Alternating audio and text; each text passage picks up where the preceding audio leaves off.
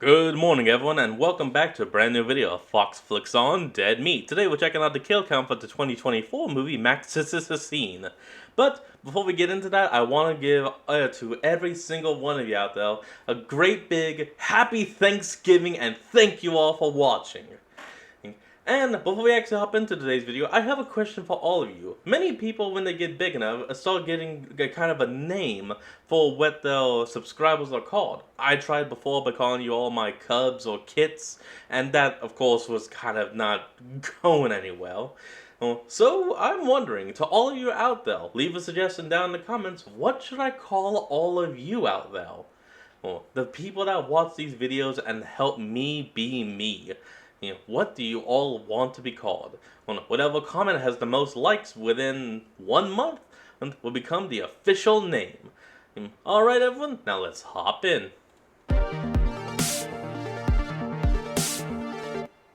Welcome to the Kill Count, where we tally up the victims in all our favorite horror movies and show you how they were made. I'm James A. Janice, and today we're looking at MaXXXine, released in 2024. MaXXXine is the third and final installment in the X trilogy from writer-director Ty West. The middle movie was a prequel that gave us the backstory for X's villain, Pearl. MaXXXine takes us forward again to continue the story of X's final girl, Maxine Minx. After making a name for herself in adult entertainment, So I guess the order would be Paul, X, and then MaXXXine. she's looking for her big break in 1985 Los Angeles. Much like The City, the film's tone is seedy and dark, with a cultural backdrop of satanic panic, Reagan-era unrest, and the Night Stalker's reign of terror. Ty West was already thinking about MaXXXine when he pitched Pearl, and knew from the start that he wanted to make a trilogy, A24's first. He wrote the script over the summer between really X cool. and Pearl's releases. He lived in this trilogy's world non-stop until MaXXXine came out. I've been working 7 days a week, 12 hours a day since Oh, puppy! He's got a little puppy with him. X Aw.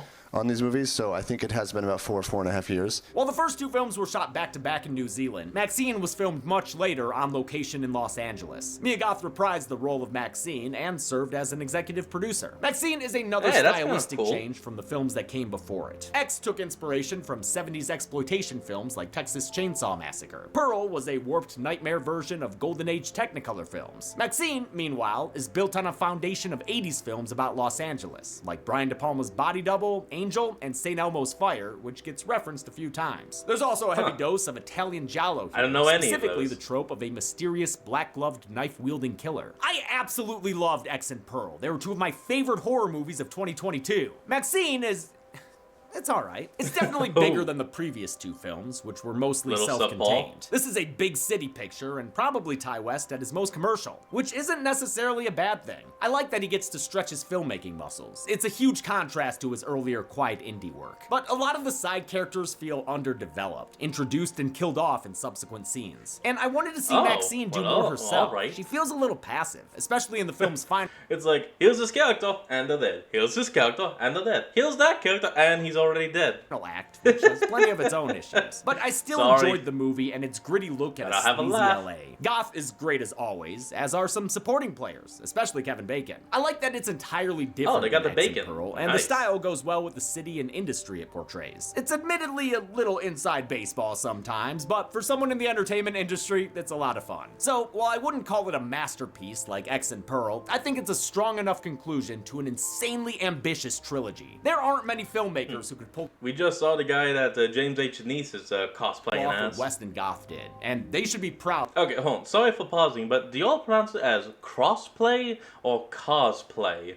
Yeah, I've heard people say it both ways, and I personally try to say it as cosplay, but it comes off as me saying crossplay. I don't know why. Out of their accomplishment. Well, this... Hello? Where is it, James? Lauren? Where's the Bomba's foot? What? Who is this? Are you talking about today's sponsor, Bombas? The makers of socks, underwear, and t-shirts that are... That better be true, James. For her sake. What a strange sock ad. Okay. Does this Triple X trilogy's final chapter have 3 times the kills as its predecessors? Let's find out and get to them. Well, yeah, let's find The out. movie begins with a grainy home video from 1959, where Minnie Maxine performs a very Pearl-like routine. Behind the camera, Kind her of is. doting dad tells her she'll be a star of the church one day, as long as she lives by their shared motto. I will not accept a life I do not deserve. So he's who we have to thank for the line we've been seeing and hearing this whole trilogy. Oh. Accept a life I do not deserve. Giant Hollywood soundstage Okay. doors open into a Okay. referential aspect ratio, visually tying this threequel to its predecessors and their opening shots. In struts Maxine, a whole lot blonder and ready to move on from the porn industry. Did you always want to be in that line of work? I always wanted to be famous.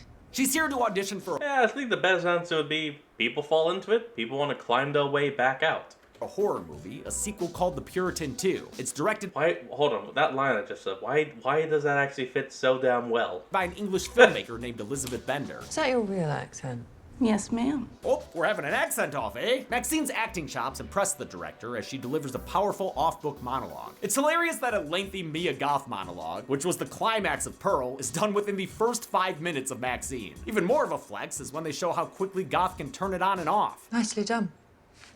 Thank you. She's bared her soul, but still has to bear more, so she pays the titty tax and leaves feeling confident. Y'all might as well go home because I just fucking nailed that. Goth was inspired by Debbie Harry's I don't give a fuck attitude All in right, interviews thanks. and brought that casual confidence to her performance. She Sweet. hops into her convertible and drives off, telling the other girls to eat title card. It's 1985, and to make sure you know it, here's the most 1985 montage you can imagine. Ronald Reagan, 1985. cocaine, satanic panic, and last Wait, but was not that least, cocaine? The Night Stalker. The Night Stalker. Night Stalker. Night Stalker. Maxine is set in 1985 because it was the peak of moral panic surrounding metal music and horror movies. Add in the Night Stalker's presence, and Ty West thought it made the ideal year for his LA set horror film. If I had made it the year before, the backdrop would have been the Olympics, and that's less appropriate. Maxine gets to work at the Landing Strip, a multi-pronged business that offers Sunday brunch, airline pilot strippers, and a backroom porn production. I'm sure one Okay. of their endeavors will eventually take off. She gets changed for work as her coworker Amber complains about her scene partner's stamina. Jesus, Mary and Joseph. It should not be that hard to fuck me.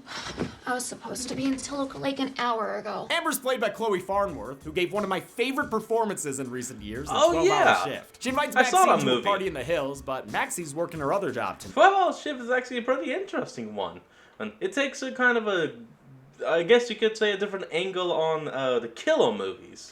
She will not rest until she's famous, thanks to her can-do attitude and, ceramic goose load of cocaine. Wonder if Mr. Goose would approve. She rushes home between gigs to pack an outfit and a gun, where she gets a call from her agent, Teddy Knight Esquire. He's the best agent in the world, with the worst wig in the world, and he gives her great news. Ooh. She got the part in Puritan 2. Teddy's played by Giancarlo Yes, that's Esposito great. in a very non-Giancarlo Esposito role. It's so nice to see him in a fun hammy role, as opposed to the stoic Gus Fring light characters we usually see him play. Oh, he's in The Maxine Boys? takes off for her second job, treating us to another montage that shows off the devilish side of the City of Angels. The peep shows, the drug deals, the unauthorized characters on Hollywood Boulevard. The montage also includes Charlie a cameo Chaplin. from West's dog, who's part Shih Tzu and named Molly. Wow, he's just like me, for real. She does a lot of ADR work with her barks. What a good girl. The sequence looks grimy, gritty, and authentically 80s in a way that's hard to capture. Some shots look ripped straight out of Angel, like literally. West wanted to avoid the Oh, brightly lit, colorful leg warmers version of the 80s often seen in media, so this is more Repo Man than Buns of Steel. They actually filmed on Hollywood Boulevard, shutting down a whole block of it for 4 nights to dress it with period cars and signs. Shooting in Okay, LA came that's with not too pros bad. and cons. It allowed Goth to go home to her newborn daughter every day, and gave production access to landmarks like the Walk of Fame and the Vine Theater. But they had to make Good. LA look like its seedier 80s self, and work around annoying restrictions on shooting in Hollywood. The irony that Hollywood has no interest in you shooting movies here. Desultory jazz takes us into wonder what it is. Show World, where Maxine works as a showgirl. Here, customers can buy a ticket for some yeek yeek whoop whoop and watch them playing around. Because much like Luda, we in the red light district. A quarter in the slot buys a peek at a That is honestly just way too much red light. That's gonna like hurt eyes. young thing. Wait, only a quarter? How the hell do they cover their overhead? Maxine's I don't know. performance gets one black glove dude so bothered he has no idea what to do with his wood. Oh, come on, mystery man. Do you have any idea how many quarters that's gonna cost to replace? After work, Maxine talks to her coworker Tabby, Two played by quarters. musician Halsey doing a New York accent. I know a killer after hours spot in the hills if you're interested. But once again, Maxine eschews the party life for work, since she has a fitting for Puritan 2 in the morning. Halsey heads off to that killer party in the hills, as Maxine puts a cigarette out on the Walk of Fame. Specifically, the star belonging to Theda Bara, the silent film star who Pearl named her alligator after. On the walk home, Maxine hits a dead end in an alleyway, and doesn't notice the dreadful Droog behind her. It's a Buster Keaton cosplayer who was shown looking shady in that 80s montage. He threatens Maxine and pulls a knife on her, but turns out he brought a knife to a gunfight. Strip. I'm sorry? What? A what? She forces him to deep throat her gun and get on the ground. Face down, ass up. That's the way she likes to get rough. Oh, she recaps no. the end of X for him. Do you know what happened to the last person who tried to kill me? I crushed her fucking head. Then takes her heel and crushes his head. Woo! We're gorgeous. Oh, we get 2 close-ups of the testicle torture and a taint shot of the guy's mangled dick and balls. This is the most fucked up dick trauma I've seen since the movie Porno. Yes, there's a horror movie called Porno. We did a Patreon commentary track on it. Well, I didn't know Maxine anything gets home about and that. falls asleep on the couch with her best friend Leon. He works at the video store downstairs from her apartment, and she feels like she can trust him. You like me because I'm the other guy who wasn't trying to fuck you. He's played by Moses Sumney, who's a musician, but much like Kid Cudi in X, he does a great job with this role. Some fun line deliveries. Ass sandwich. Maxine is awoken by a knock at the door where a mysterious package is waiting for her. She opens it to find a VHS tape. Oh, come on! I thought we were done with that franchise! The tape is evidence she probably hoped was long gone by now. A copy of her sex scene in The Farmer's Daughter, that porn that never quite wrapped production in X. The tape was dropped off by John Labatt, a skeezy private dick played by Kevin Bacon with a crazy accent. Now you asked me to find that girl, which I did. But whatever sick shit you got planned next, that's more than we bargained for. So if you still need my help out here, the price is going up. His unseen client is Mr. Giallo Gloves from Show World, who's made a sinister tape featuring Maxine's co-workers Amber and Tabby. Who is this mystery man? Well, I think if you don't get too invested, you'll like the movie more. So, yeah, just try not to worry about it. Maxine needs a head cast for Puritan 2, so she visits the workshop of an effects artist played by Sophie Thatcher, wearing her uniform colors. Go Yellow Jackets! She goes to get more bandages. Go Yellow leaving Jackets! Maxine on her own. Wait, no breathing straws or nothing? As the alginate solidifies and drips, it begins to resemble Pearl's aged face in X. With the claustrophobic head cast forcing her to be alone with her traumatic memories, Maxine begins to panic. Good thing she can't see all the reminders of X around her, like a head in a cowboy hat with its eyes poked out like Wayne, a torso with bullet holes in the chest like Jackson, a man missing his head like RJ, and a girl missing her face like Lorraine. I know they're blurry and in the background, but this isn't just me reaching. West himself pointed these out on Vanity Fair. Maxine succumbs to her anxiety and falls backwards, with all the other masks laughing at her.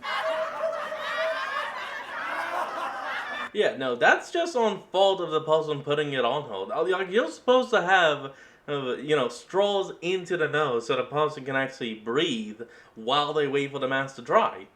Otherwise, shit like this will literally happen. Look it up. Unlike Google. her character, Goth didn't mind sitting for the head cast. I quite liked being in there that day. Sometimes it feels like a little hug. She had already done it for X and Pearl with Weta Workshop, which came in handy for Maxine's signature face freckles. Makeup designer Sarah Rubano used the Weta head mold to make a clear back form mask as a freckle stencil. It made things much faster and more consistent than having to apply them by hand. 2 detectives arrive at the Hollywood Forever Cemetery, where Tabby and Amber's bodies have been dumped and branded with pentagrams. Williams, played by Michelle Monaghan, is a true detective who's serious about her job. Her partner Torres, played by Bobby Cannavale, is a bit more dramatic. It's like they did that with a fuck. Bobby Cannavale. That's a very awesome name. Fucking cattle prod. And the coroner here is played by Toby Huss, old stick-a-dick himself. I got peanut butter on my penis. Maxine finds a note on the car with a phone number and a picture from when she was a kid.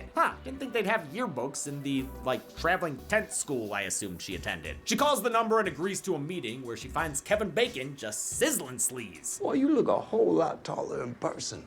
I guess I only ever seen you lying on your back. John Labatt introduces himself as a private investigator from New Orleans. To play this big sleazy from the Big Easy, Bacon watched YouTube videos of New Orleans police officers, politicians, and private eyes. He even took a solo road trip to Louisiana to work out his character's backstory. Labatt tells Maxine he knows about the Texas porn star massacre and its victims, including Howard and Pearl Douglas. It feels wrong for Pearl to have a last name. It should be a mononym, like Madonna. Maxine tries to pay him off, but Labatt's client ain't after money. He just wants her to come to a party in the hills. And if she doesn't, he'll expose her past. How's that old saying go?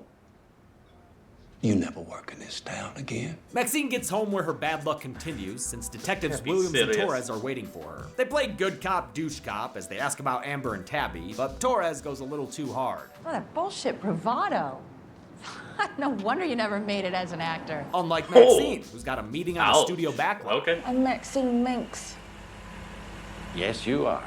Fun cameo there by Larry Fessenden, prolific indie horror director who last appeared on The Kill Count in You're Next. This backlot is the glamorized version you always see in movies, with costumed extras marching around from set to set. Though it may seem Pee-wee's Big Adventure, their World War I uniforms are reminiscent of a young Howard at the end of Pearl. The lot's also buzzing with Puritan II protesters, whining that horror movies and Satanism are corrupting the youth. Maxine gets a golf cart tour from her director Elizabeth Bender, played by the No, I can't be upset. People are just doing what they think is best. Absolutely stunning Elizabeth Debicki. And she failing. explains the main tenet of her artistic vision. She wants Puritan II to be a meaningful piece of art, rather than more standard horror schlock. A B movie with A ideas. Which is something that could be said about another letter, X. Bender likes Maxine Ooh. so much, she even shows her the motel from Psycho. It's a motel from Psycho.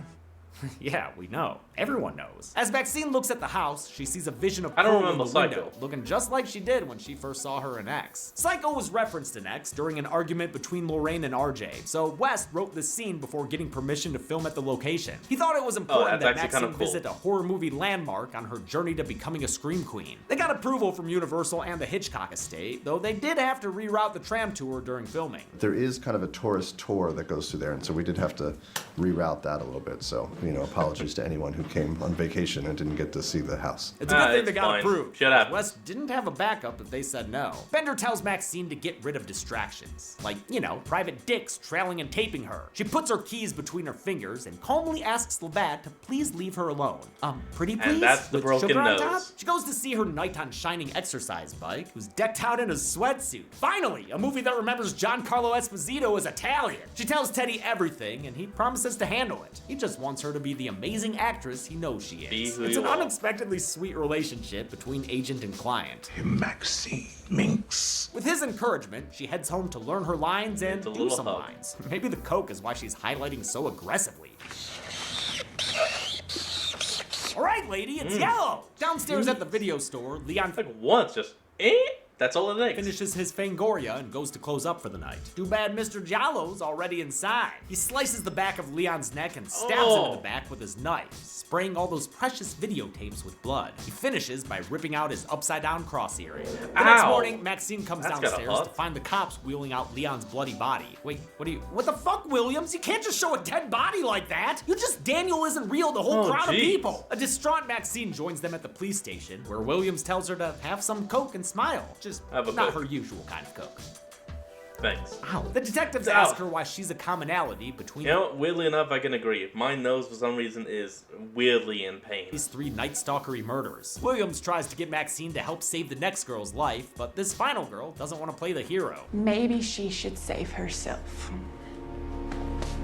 I did. Maxine gets to set late, so Elizabeth steps all over her. Not in the way you'd want her to either. She warns Maxine that she only gets one second chance, just like Molly, star of the first Puritan movie, who has an unlikely return in the sequel. I was quite literally burnt to a crisp in the last film, and here I am resurrected, a working actor. We only see glimpses of the Puritan duology, like Molly eating this blood apple, but West did write out the I think the general name is meant to be storylines like a and cult. main character arcs of the Puritan and the Puritan II. Puritan star Molly is played by Lily Collins, whose accent fluctuates wildly. But hey, that might just be her character putting up a front. My child corpse's scream has been immortalized in cinema history. I mean, how many girls from a council estate in North Yorkshire can say that? Is that your real accent? I don't think it is. Maybe it'll get more Agreed. consistent with time, though. I mean, this is only her first scene. I was invited to a big party in the hills for some out-of-town producer. Oh, never mind, she did. Oh, Maxine yeah, wanders she's onto the gonna Old die. West set, where she finds John Labatt rocking a Chinatown nose bandage. He says this backlot ain't big enough for the two of them, ushering in a standoff like the one Jimmy Fallon had against himself in the tram tour video. This town ain't big enough for the both of us, Jimmy Fallon. Well, I ain't going anywhere.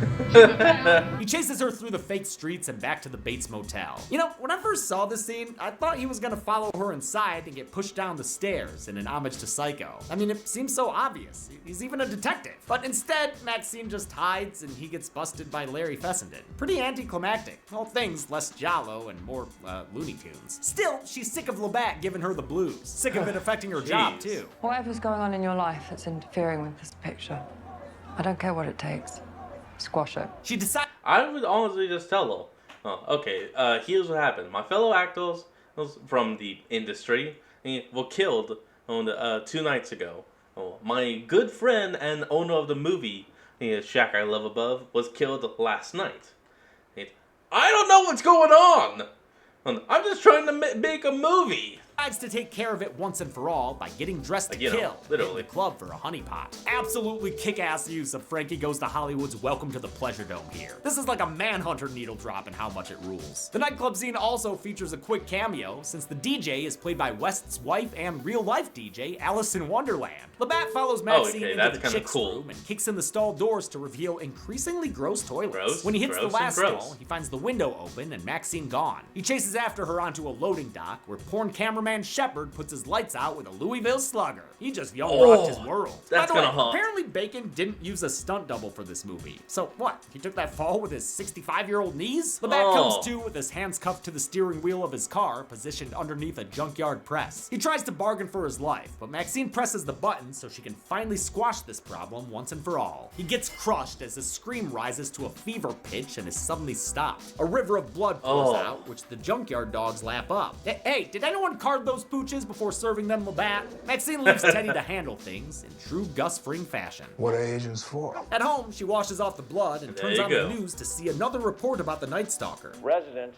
living in fear are praying that someone out there will come forward to finally put a stop to these vicious murders. This is what Detective Williams has been begging her to do all movie, but now she hears it from someone on the TV and sees how it could help her career. She finally decides to take action, if only to stop the spoon-fed flashbacks playing in her head of the previous victims. They remind us that all of them went to a party in the hills, the same place Labatt told Maxine his client wanted her to go. She takes the address he gave her and heads there, with Torres and Williams on her trail. She reaches the house and takes a funicular up, which was inspired by a party in the hills West went to when he was new to LA. It's not a gondola though. I guess Amber doesn't know her cable-powered transportation systems. Right under the Hollywood sign.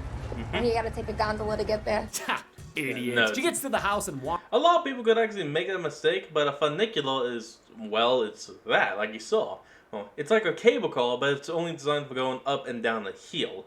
A gondola, well, that's more so just a boat. Wanders around until she finds the man who's been stalking her. Her dear old dad, Reverend Miller. Dude's been a Reverend killer this whole time. The movie treats it like a big reveal, but honestly, it was kind of obvious. He's the only character still around who appeared in X, even though we only saw him on the TV there. But I mean, this movie starts with his voice behind the camera. It was always gonna be the dad. Maxine's dad has taken after his daughter and gotten into the movie industry. I'm making a film. And you are the star. Maxine reacts like all of us to that line delivery. He blames Hollywood's sex, violence, and Satanism for stealing his little church mouse away from him. The protesters we've been seeing are his group of pious parents, and they're the ones making the snuff films, killing off Maxine's friends and co-workers. Another victim is revealed when he backs Maxine into a suitcase that spills Molly's dismembered body parts down the stairs. Her head falls out last, frozen in the same silent scream that made her famous. Pops uses a plastic bag to take Maxine down beneath his string of giant mothballs. Her unconscious state gives way to a flashback that shows the conclusion of her big audition. In a sharp contrast to Pearl's rejection and hysterics, Maxine's quiet confidence is what landed her the part. Y'all should cast me in this movie. Oh, really? Why is that? Because I'm a star. Funny how delivery makes all the difference. Good. Because I'm a star. Bad. I'm a star!